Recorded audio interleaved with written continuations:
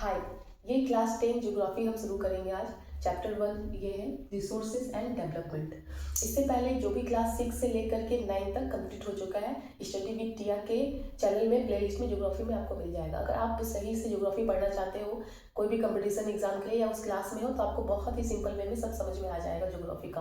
और एग्जाम में एक भी क्वेश्चन नहीं छूटेगा ज्योग्राफी का, और बहुत अंडरस्टैंडिंग के साथ समझ में, कम टाइम में, ज़्यादा टाइम भी नहीं लगेगा, आप समझ सकते हो।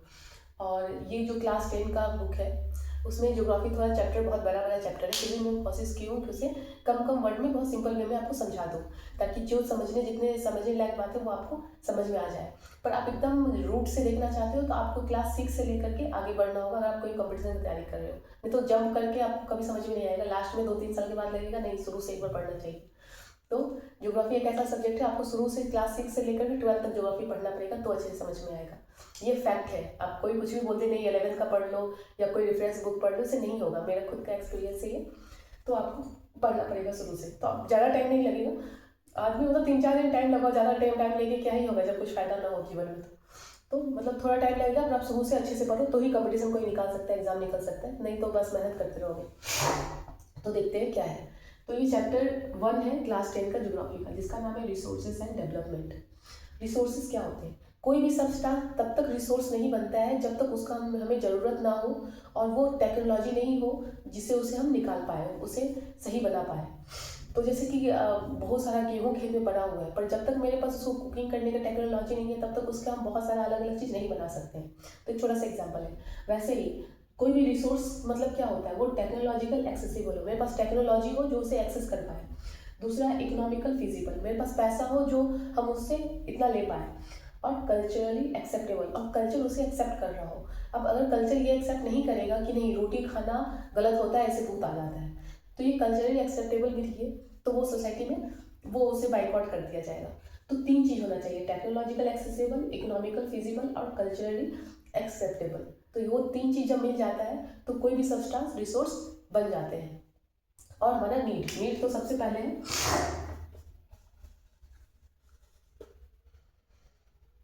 फिर क्लासिफिकेशन ऑफ रिसोर्सेज क्या होता है? तो बहुत तरीके से क्लासिफिकेशन कर सकते हैं रिसोर्सेज का। On the basis of origin, मतलब कैसे कोई चीज़ जन्म हुआ है, तो 2 तरीके का होता है, बायोटिक, एबायोटिक। बायोटिक वैसा रिसोर्स होता है जो लिविंग हो, पेड़ पौधा हो, जानवर हो, हम हो, मतलब ह्यूमन बींग हो, वो सब क्या है, बायोटिक, जिसमें जान हो। और वैसा रिसोर्स है जिसमें जान नहीं हो, शेबल, टेयर, सॉइल, वाटर, ये सब क्या है, एबायोटिक। तो 2 तरीके का होता है द बेसिस ऑफ ओरिजिन। जो दुनिया में जो भी चीज़ है सब्सटेंस, एक में लाइफ है, एक में लाइफ नहीं है, तो जिसमें लाइफ है वो बायोटिक, जिसमें लाइफ नहीं है वो एबायोटिक। तो ये हो गया classification on the basis of origin. On the basis of exhaustibility मतलब वो है या खत्म हो जाएगा, तो 2 तरीके का है, रिन्यूएबल और non renewable.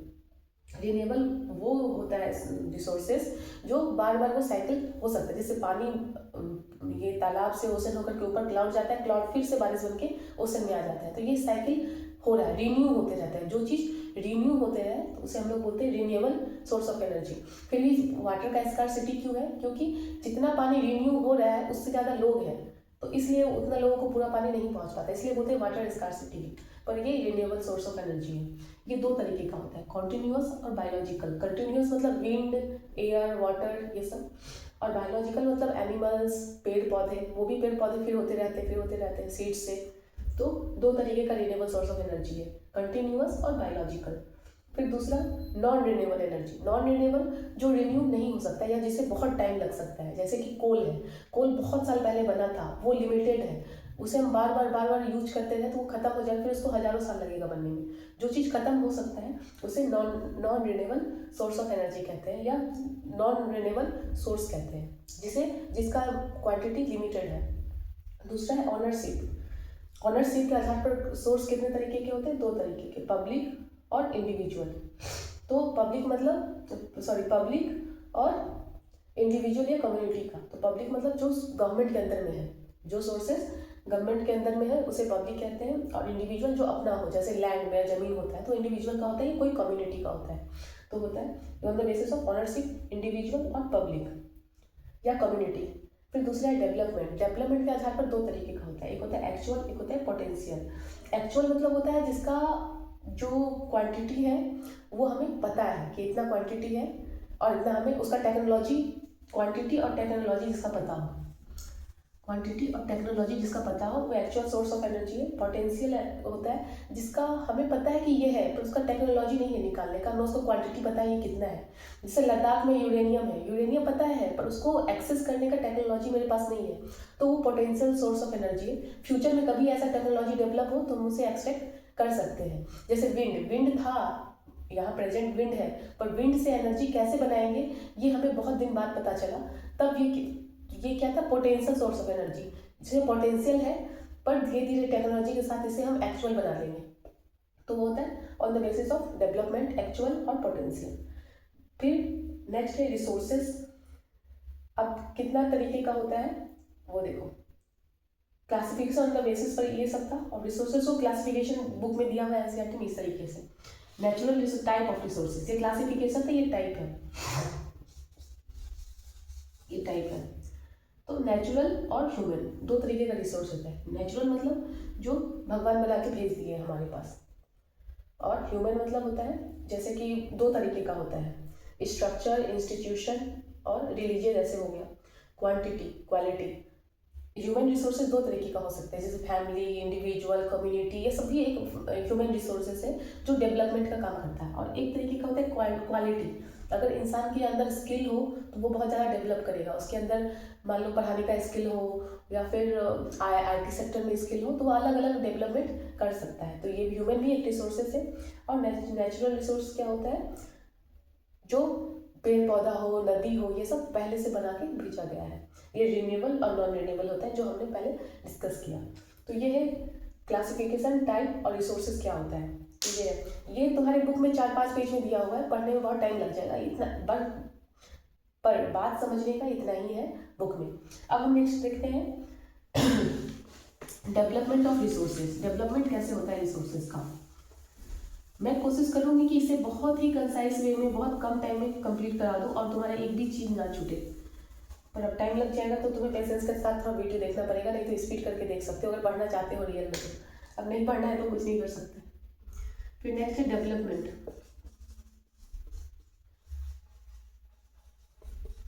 Development of resources.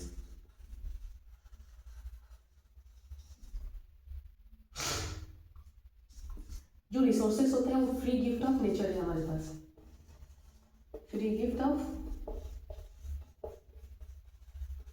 Nature, ठीक। तो ये हमें कोई चीज़ फ्री मिलता है इसका मतलब नहीं उसका हम मिसयूज करने लगे। हमारे पास ये हमारा जो पहले वाला जनरेशन है, पास्ट जनरेशन है, वो हमसे अपना रिसोर्सेज शेयर किए, पर मेरा ये कर्तव्य है कि हम भी अपने फ्यूचर जनरेशन के साथ ये शेयर करें। ये नहीं कि हम अपना ही पूरा अपने आप पे लगा दें अपने ग्रिड के चक्कर में, नहीं। ये हमारा कर्तव्य, जब हमारे जो पास्ट जनरेशन ने मेरे साथ शेयर किए तो हम भी अपने फ्यूचर जनरेशन के साथ शेयर करेंगे। तो इसीलिए सस्टेनेबल डेवलपमेंट कहा जाता है। फ्री गिफ्ट ऑफ नेचर है और इसका पर मिसयूज किया जा रहा है लोगों द्वारा अपने ग्रिड को पूरा करने के लिए। जीवन निर्वाह, गांधी जी बोलते हैं कि नीड के लिए इनफ है नेचर में, पर ग्रिड के लिए कभी इनफ नहीं हो सकता, बहुत कम पड़ जाएगा। तो नीड जितना है उतना ही करो, फालतू का चीज मत करो, क्योंकि ग्रिड के चक्कर में कुछ लोग के पास इनफ हो जाता है, फालतू का पड़ा रहता है, और जिसके पास नीड है, जिसको चाहिए, वो भूखे रह जाते हैं। तो हमेशा नीड को फुलफिल करने की कोशिश करो। ग्रिड तो कभी पूरा नहीं होगा, डिजायर कभी पूरा नहीं होता है, हाँ नीड पूरा हो सकता है। तो देखो प्रॉब्लम क्या है, प्रॉब्लम क्या है, डिप्लेशन हो रहा है। जब हमें प्रॉब्लम पता चलेगा तभी हम उसका सॉल्यूशन कर पाएंगे। डिप्लेशन हो रहा है, एक्यूमुलेशन ऑफ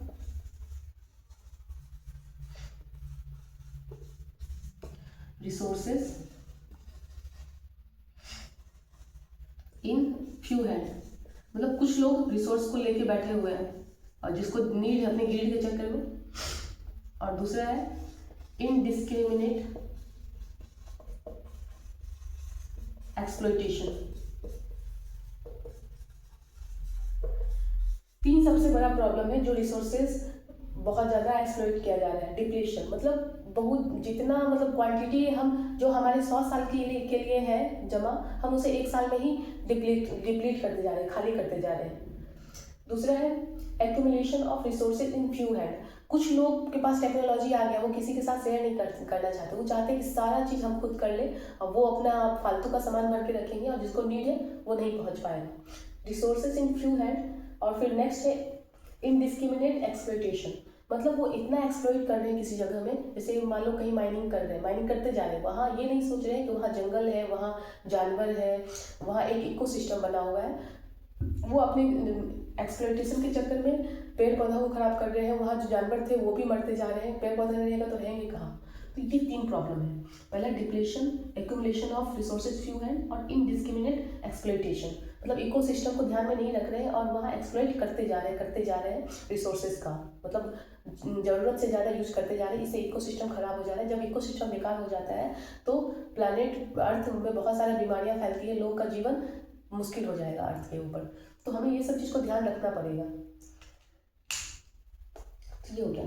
फिर नीड क्या है, इस सब चीज़ को कैसे ठीक किया जा सकता है। सस्टेनेबल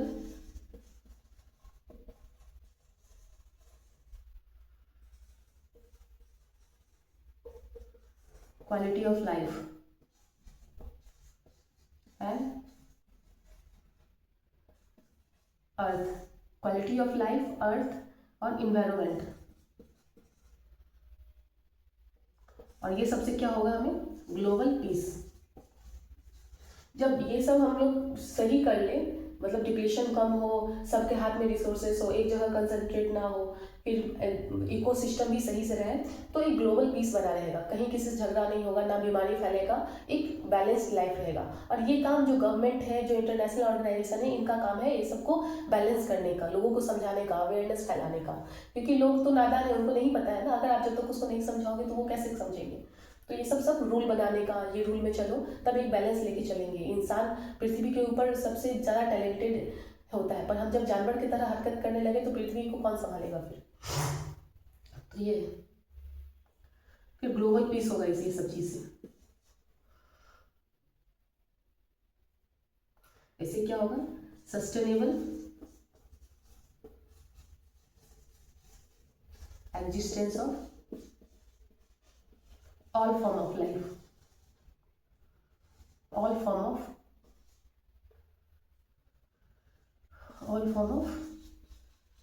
लाइफ, मतलब जितना भी जो भी लाइफ है पृथ्वी के ऊपर, वो सब खुशी से जिंदा रहे। उनको ज़्यादा शोर शराबा, माइनिंग के चक्कर में शोर में वो जिंदा नहीं रह पाते हैं, जो उनका पेड़ पौधा कट जा रहा है तो जिंदा नहीं रह पाते हैं। एक ऐसा लाइफ, ऐसा डेवलपमेंट लेके चलना है जो सबके लिए सस्टेन हो, फ्यूचर जनरेशन और जो हमारा अभी का जीवन है वो भी चले, और फ्यूचर जनरेशन के लिए हम कंजर्व रख पाए रिसोर्सेज को। इसी को बोलते हैं सस्टेनेबल डेवलपमेंट। डेवलपमेंट इस तरीके से करना चाहिए कि अभी का हमारा नीड फुलफिल हो जाए, अभी का लाइफ स्टैंडर्ड ठीक रहे, और हम अच्छे से करें, बैलेंस वे में करें, ताकि फ्यूचर जनरेशन के साथ भी जो मेरे पास रिसोर्सेज है उसका शेयर कर पाए, और प्लानेट में भी हम कोई डिजीज फैला के ना जाए जिससे हमारा फ्यूचर जनरेशन प्रॉब्लम में पड़ जाए। तो ये हमारा कर्तव्य है। इस तरीके से गवर्नमेंट को रूल रेगुलेशन बनाना चाहिए, अब इंटरनेशनल ऑर्गेनाइजेशन को बनाना चाहिए। तो इसके लिए रूल भी है, हम नेक्स्ट आगे पढ़ेंगे। तो ये समझ में आ गया इतना चीज़, क्या प्रॉब्लम है, कैसे सॉल्व किया जा सकता है ये। अब हम देखते हैं सस्टेनेबल डेवलपमेंट होता क्या है। ये तो मैंने बहुत समझा दिया, देखो बहुत ज़रूरी है ये चीज़। सस्टेनेबल डेवलपमेंट के ऊपर पूरा दुनिया लगा हुआ है, क्योंकि अगर ये नहीं होगा तो दुनिया एग्जिस्ट ही नहीं कर पाएगा, कुछ दिन बाद खत्म हो जाएगा। हमारा कर्तव्य भी है इसे सुधारने का। सब sustainable development,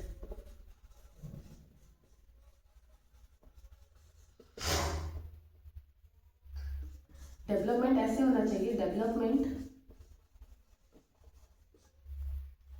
should take place without damaging the environment. Environment को बिना डैमेज किए हुए हमें डेवलपमेंट करना है। And development in the present, अभी तो हो डेवलपमेंट प्रेजेंट टाइम में, present should not compromise, अभी का डेवलपमेंट फ्यूचर जनरेशन के साथ कॉम्प्रोमाइज नहीं हो सकता है, नॉट कॉम्प्रोमाइज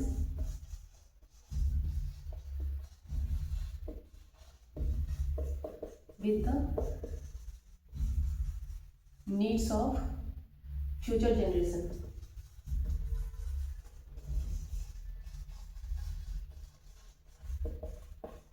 फ्यूचर जनरेशन के साथ भी कॉम्प्रोमाइज नहीं हो जाए, तो ये है मतलब सस्टेनेबल डेवलपमेंट में 2-3 बातें याद रखनी है। Development should take place without damage the environment, damage environment को नहीं करना है। अभी का डेवलपमेंट फ्यूचर डेवलपमेंट के साथ कॉम्प्रोमाइज ना हो, इस तरीके से हमें अभी डेवलप करना है। तो ये हो गया सस्टेनेबल डेवलपमेंट। हम नेक्स्ट देखते हैं इंटरनेशनल ऑर्गेनाइजेशन क्या कर रहे हैं इस तरीके का डेवलपमेंट को पूरा करने के लिए। तो अर्थ समिट हुआ था 1992 में। कहाँ पे हुआ था अर्थ समिट? ये बहुत बार एग्जाम में पूछे जाते हैं, हम कितना भी याद कर ले पर क्यों कोई चीज़ हो रहा है, जब तक हम उसका रीज़न नहीं जानेंगे तब तक हमारे दिमाग में नहीं वो चीज़ आ सकता। जब तक दिमाग में नहीं आएगा तो रटने से कोई फायदा नहीं है। अर्थ समिट 1992 ये कहाँ हुआ था? Rio de Janeiro. ये कहाँ है? ब्राजील में।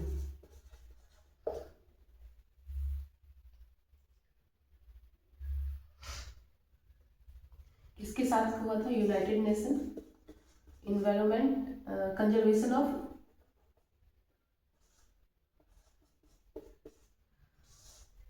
इन्वायरमेंट डेवलपमेंट, UNECD के साथ ये किया हुआ था। ये पहला इंटरनेशनल अर्थ समिट है। अर्थ के बारे में ये पहला फर्स्ट है, अर्थ के बारे में अर्थ समिट।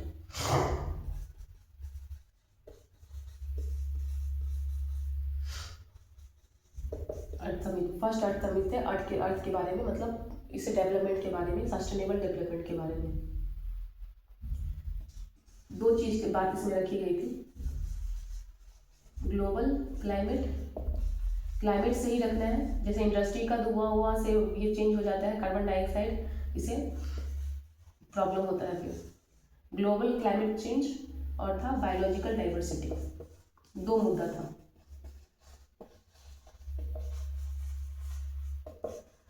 मतलब ग्लोबल क्लाइमेट को भी हमको हमें सस्टेन रखना है और डाइवर्सिटी जो है पृथ्वी के ऊपर उसे भी बैलेंस रखना है। 2 चीज के ऊपर बात हुई थी। ठीक है, इसी को ध्यान में रख करके एजेंडा 21 आया था। एजेंडा 21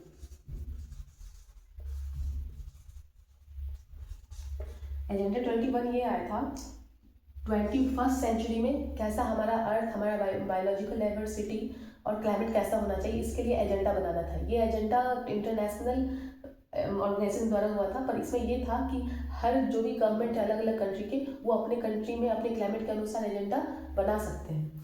तो ये था सस्टेनेबल डेवलपमेंट के ऊपर, ये था achieving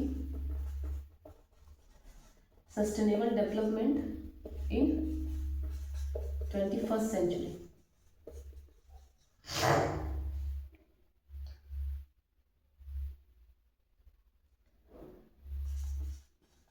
combat with environment development damage,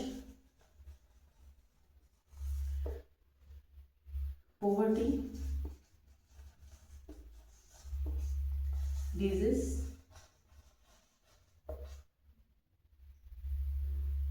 ये सब के साथ हमें इसमें ध्यान रखना है। इन्वायरमेंट डैमेज को रोकना है, पॉवर्टी नहीं होना चाहिए, डिजीज नहीं फैलना चाहिए। उसके लिए क्या करना है? Global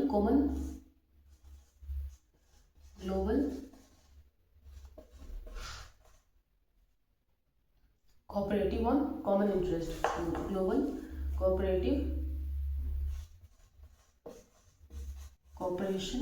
cooperation on common development.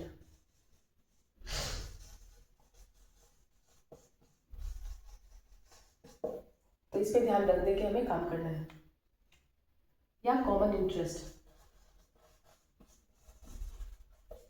Local government भी अपने अपने जो भी कंट्री में वो ये एजेंडा बना सकते हैं अपने क्लाइमेट अनुसार।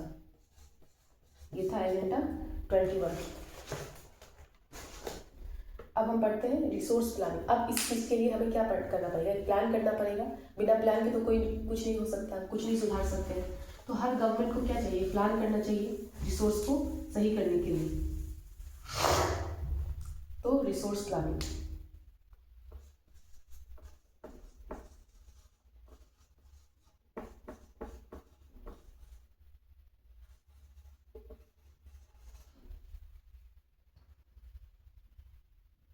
प्लान करने का क्यों ज़रूरत है, क्योंकि इंडिया में क्या है, कहीं पे बहुत कुछ रिसोर्सेस है। मान लो कहीं पे रिसोर्सेस है तो कहीं रोड ट्रांसपोर्ट ये सब का कोई व्यवस्था नहीं है, पानी का व्यवस्था नहीं है। जैसे राजस्थान में वहाँ कॉपर है पर वहाँ रोड पानी नहीं है वहाँ पे, तो इंडस्ट्री कैसे रहेगा। तो गवर्नमेंट को एक ऐसा प्लान करना है जहाँ पर रिसोर्सेस है और वहाँ सब कुछ एक्सेसिबल भी हो, पानी भी हो, रोड भी हो, ट्रांसपोर्ट के लिए। तो वही करना पड़ेगा। प्लानिंग की जरूरत है because some place one thing available, some place other, और अदर सम प्लेस पे अदर कुछ रहता है, जैसे राजस्थान।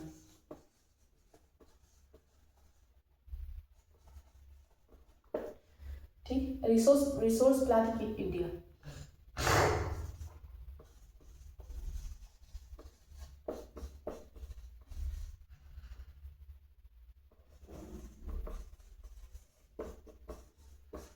अब इंडिया में कैसे होता है रिसोर्स प्लानिंग, तीन चीजें। पहले आइडेंटिफिकेशन, पहले हमें आइडेंटिफाई करना पड़ेगा कौन से रिसोर्सेज कहाँ पे हैं। इसे हमें सर्वे करना पड़ेगा, जियोलॉजिस्ट है वो जाके सर्वे करे कैसे क्या होगा। पहले सबसे पहले आइडेंटिफिकेशन, किसी चीज़ को हमें सुधारना है, अगर पढ़ाई करना है तो पहले हम आइडेंटिफाई करना होगा अपने आप में। अगर अपने आप को सुधारना है तो हमें किस चीज़ की कमी है, कौन सा चीज़ मेरे में स्ट्रॉन्ग पॉइंट है, कौन सा वीक पॉइंट है। तो सबसे पहले कोई भी प्लान करने से पहले आइडेंटिफिकेशन चाहिए होता है।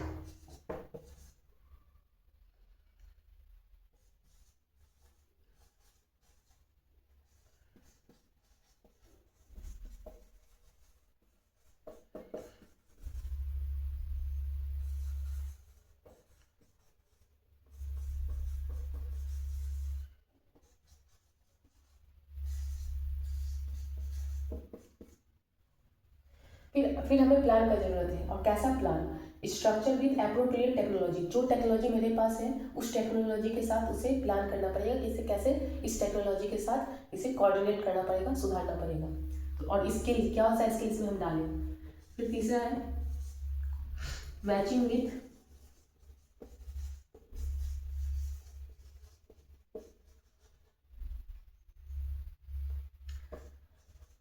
रिसोर्स डेवलपमेंट विथ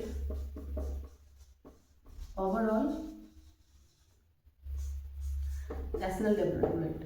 मतलब जो हम डेवलपमेंट कर रहे हैं, आइडेंटिफिकेशन कर रहे हैं, प्लान कर रहे हैं टेक्नोलॉजी और स्किल के साथ में, वो सिर्फ इंडिविजुअल एक आदमी के लिए ना हो, वो नेशनल डेवलपमेंट, जो रिसोर्स डेवलपमेंट हो रहा है वो नेशनल डेवलपमेंट के साथ मैच करे। ये नहीं कि कुछ लोग के पास ही वो डेवलप हो रहे हैं, नहीं, पूरा नेशनल के ऊपर उसका डेवलपमेंट हो, सबको जॉब मिले, सबको सुविधा हो उस चीज़ का, तो नेशनल डेवलपमेंट के ऊपर भी होना चाहिए। तीन चीज़ याद रखना है प्लानिंग के लिए, ये कोई भी एग्जाम में लिख दोगे तो वो समझ में आ जाएगा। आइडेंटिफिकेशन, प्लान और मैचिंग विथ नेशनल डेवलपमेंट। ये इस तरीके से हम प्लान, किसी भी चीज़ को प्लान करो इंडिया में तो वो ये तीन चीज़ होना चाहिए। Identification, structure with appropriate technology और मैचिंग विथ नेशनल डेवलपमेंट। ये कहीं भी लिख दोगी तीन चीज़ तो वो हमेशा बहुत पूरा मार्क्स मिल जाएगा। ये थोड़ा लंबा वीडियो हो सकता है, अगर कोई देखना चाहो तो हाफ करके देख लेना, नहीं तो 2 पार्ट में बना देंगे, ऐसा भी है। देखते हैं जितना काम कर पाए मेरा फोन। अब देखो,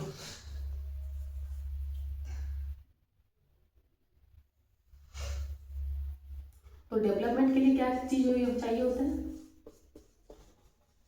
देखो, एक कहानी लिखने से अच्छा है, कहानी तो हम खुद भी कितना भी लिख सकते हैं, हम कहानी लिखने में एक्सपर्ट होते हैं, कितना भी भाषा लिखते हैं, पर जब हमारे पास कंटेंट आ जाए, सही कंटेंट, तो उससे हम अगर कहानी लिखेंगे तो वो एक समझदारी हुआ, उससे मार्क्स मिलता है। तो डेवलपमेंट का मतलब क्या हुआ,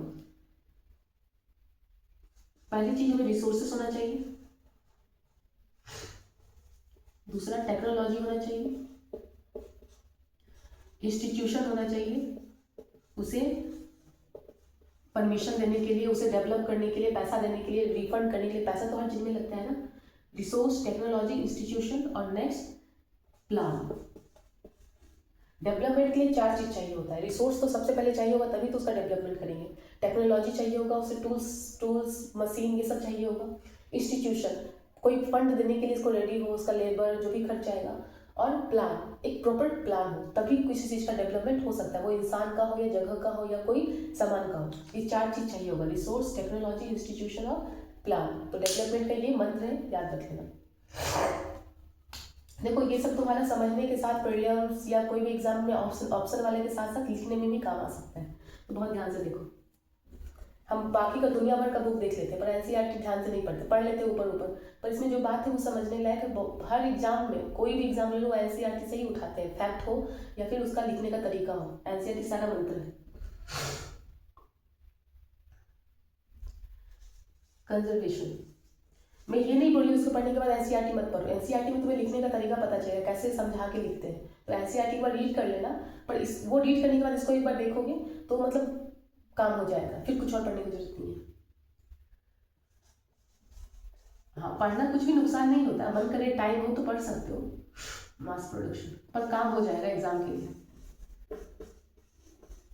जितना पढ़ो अपने आप को उतना डेवलप करोगे। और हमारा मेन एम अपने आप को डेवलप करना, नेशन को डेवलप करना, अपने आस पड़ोस को डेवलप करना, तभी एम इंसान है, नहीं तो फिर इंसान का क्या ही मतलब। कंजर्वेशन का मतलब क्या होता है? Mass production by masses.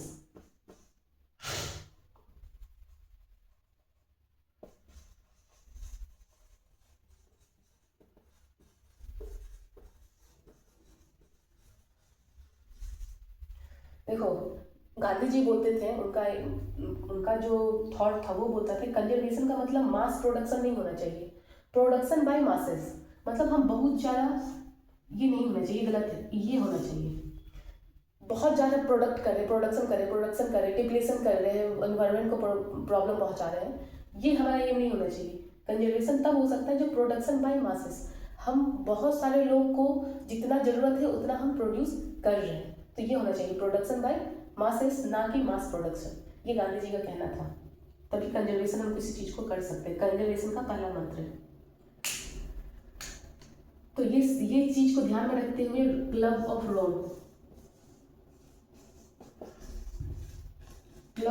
रोम का कहानी है, 1968 में आया था, इस बात को लेकर के।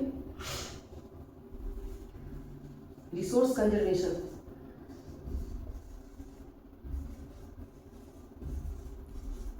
को लेकर के क्लब ऑफ रोम का भी पूछा जाए कि किस मैटर में था, तो कंजर्वेशन ऑफ रिसोर्स के बारे में था क्लब ऑफ रोम। इसमें 1974 में 68 में शुरू हुआ, इसमें डिस्कशन हुआ कैसे कंजर्व करें रिसोर्सेज का।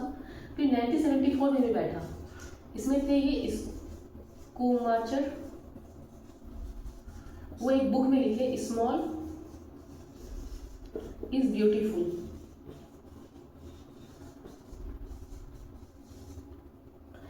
जो क्लब ऑफ रोम 1968 में बैठा, डिस्कशन हुआ कंजर्वेशन ऑफ रिसोर्सेज पे। फिर 1974 में बैठा, ये गांधी जी का थॉट से बहुत ही ज़्यादा इम्प्रेस थे वो, इस बात से लेकर के कि ग्रीड कभी पूरा नहीं हो सकता है, नीड को हम पूरा कर सकते हैं। उसी पे एक आदमी ये थे स्कूमचर, इसका प्रोनाउंसिएशन देख लेना कैसे था। ये एक बुक लिखे थे जिसका नाम था स्मॉल इज ब्यूटीफुल। इस चीज़ को लेकर के लोग बहुत ही ज़्यादा इम्प्रेस हो गए, और इसे एक कमीशन था, रिपोर्ट था एक कमीशन का, ब्रूनदत्त लैंड कमीशन रिपोर्ट, क्या था? Brundtland commission report. इसमें ये छपा था 1987 में, और यही रिपोर्ट इंट्रोड्यूस किया सस्टेनेबल डेवलपमेंट को। दिस रिपोर्ट इंट्रोड्यूस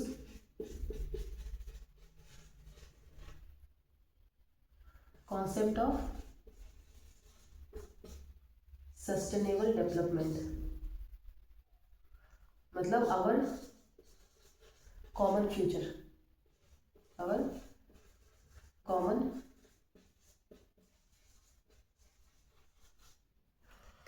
अभी मैं इस तरीके से लेक्चर ले रही हूँ, जैसे जैसे टाइम होगा वैसे वैसे इम्प्रूव भी करूँगी, अगर लोगों को पसंद आया, व्यूज़ आया।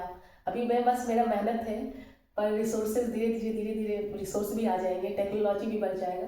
पर अभी शुरुआत में बस मुझे और भी मेहनत लगता है इसमें करने में, झुक के करना पड़ता है, लिखना पड़ता है, फिर ठीक से दिखता भी नहीं था, मेहनत करने के बाद भी प्रॉब्लम होता है। पर थोड़ा आप लोग भी मैनेज करो, समझने पर ज़्यादा ध्यान दो, धीरे धीरे जैसे जैसे होगा टाइम वैसे वैसे इंप्रूवमेंट हो जाएगा। तो ये देखो, कंजर्वेशन दो चीज़ से होता है, production by masses, club of Rome, ये कंजर्वेशन ऑफ रिसोर्सेज के बारे में बात कर रहे थे 1968 में। फिर ये बैठा था 1974 में, वो जो गांधी जी का थॉट था कि नीड फुलफिल हो सकता है, ग्रीड नहीं हो सकता, तो वही एक स्कूमुचर जो थे वो लिखे थे एक book, small is beautiful, small is beautiful. उसी को ब्रंदित लैंड कमीशन रिपोर्ट आया था 1986 में, उसमें भी ये लिखा गया था। तब से ये रिपोर्ट जो था वो इंट्रोड्यूस किया कॉन्सेप्ट ऑफ सस्टेनेबल डेवलपमेंट, तभी से ये रिपोर्ट जो था ब्रुंडत लैंड, ये याद रखना, कभी कभी एग्जाम में पूछ देते हैं कि ब्रुंडत लैंड या जो सस्टेनेबल डेवलपमेंट का कॉन्सेप्ट कहाँ से आया, तो ब्रुंडत लैंड कमीशन जो था रिपोर्ट 1987 में, वहीं से कॉन्सेप्ट आया था सस्टेनेबल डेवलपमेंट, मतलब अवर कॉमन फ्यूचर, सस्टेनेबल डेवलपमेंट अवर कॉमन फ्यूचर, हम लोग का फ्यूचर सबका बराबर है, हमें सबको ध्यान मिलकर के इस पर काम करना पड़ेगा। तो ये था सस्टेनेबल डेवलपमेंट के बारे में। अब हम लोग पढ़ेंगे लैंड रिसोर्सेज, ये रिसोर्सेज हो गया। अब धीरे धीरे हम लोग हर चीज़ का रिसोर्स पढ़ेंगे। तो ये वाले चैप्टर में सबसे पहले हम लोग क्या पढ़ेंगे, इस पूरे बुक में रिसोर्सेज के बारे में करना है। क्लास 10 दो है, क्लास 8 और क्लास 10, इसमें रिसोर्सेज के बारे में ज़्यादा ध्यान दिया गया है। तो हम सबसे पहले पढ़ेंगे हम लैंड रिसोर्स। ये वीडियो को लंबा होते जा रहा है, तो नेक्स्ट वीडियो में कर देते हैं इसे, लैंड रिसोर्सेज के बारे में, या 1 घंटा लग जाएगा इसमें करके,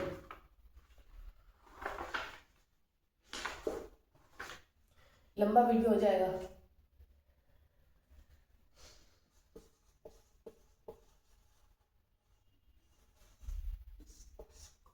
तो ये अभी रहने देते हैं, फिर नेक्स्ट वीडियो में लैंड रिसोर्सेज देखते हैं, इस चैप्टर को आगे करते हैं। अभी तक हमने रिसोर्सेज प्लानिंग ये सब के बारे में देखा, कंजर्वेशन के बारे में देखा।